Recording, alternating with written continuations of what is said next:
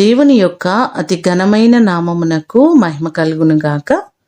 ఈ పునరుద్ధాన దినమున మీకందరికీ వందనాలు తెలియచేస్తున్నాను. ఎలా ఉన్నారండి? అందరూ బాగున్నారా? మీరు మీ కుటుంబాలు క్షేమంగా ఉన్నారా? ప్రతినిత్యము మీ కొరకు మేము ప్రార్థన చేస్తున్నాం. మీకందరికీ నా హృదయపూర్వక వందనాలు మరొకసారి తెలియజేస్తున్నాను. ఈ దినము మిమ్ములను బలపరచు దేవుని మాట. నేను ఆయనకు ఇష్టడను గనుక ఆయన నన్ను తప్పించెను. కీర్తనలు 18వ కీర్తన 19వ చరణం. నేను దేవునికి ఇష్టడను గనుక ఆయన నన్ను ప్రతి పరిస్థితులలో ప్రతి ఇబ్బందిలో నుండి తప్పించారు అని దావీదు భక్తుడు ఈ అధ్యాయంలో చెప్తున్నారు. దేవుడు దావీదును అతని శత్రువులందరి చేతిలో నుండి, ప్రత్యేకంగా సౌలు చేతిలో నుండి తప్పించిన సందర్భంలో ఈ మాటలు చెప్పడం మనము చూస్తున్నాం. ఆయన తప్పించారు కాబట్టి నేను దేవుని నిరంతరము స్తుతిస్తున్నానని చెప్తున్నారు. అపోస్తల కార్యములు 13వ అధ్యాయము 22వ వచనంలో చూస్తే, నేను యెషయ కుమారుడైన దావీదును కనుగొంటిని, అతడు నా ఇష్టానుసారుడైన మనుష్యుడు అని దేవుని మాటను పౌలు ఈ భాగంలో ఉటంకించడం మనం చూస్తున్నాం.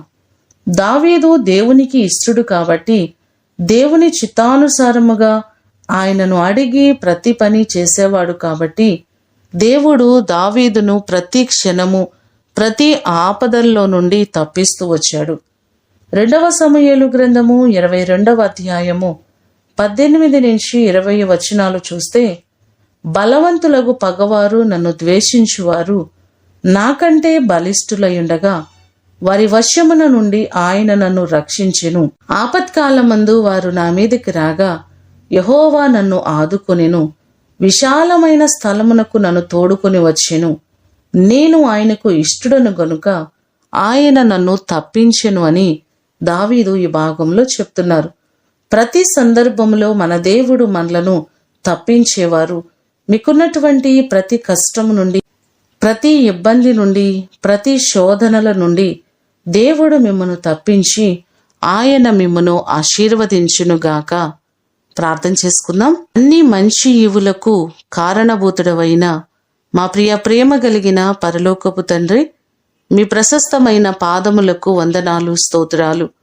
నీ కృప చేత ఈ దినము ప్రభువా మాకున్నటువంటి ప్రతి ఇబ్బందులను, ప్రతి ఇరుకులను తప్పించే దేవుడు మీరే.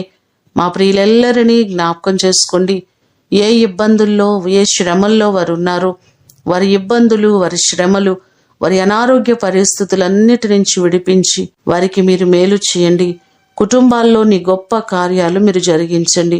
మా ప్రియులెల్లరినీ మీరు ఆశీర్వదించి ఈ దినం ఆరాధనలన్నిటిలో మీ సన్నిధి, మీ అభిషేకము మా అందరికీ మీరు కలుగు చేయమని యేసు అతి శ్రేష్టమైన నామమున అడిగి వేడుకొని పొందియున్నాము తండ్రి. ఆమేన్.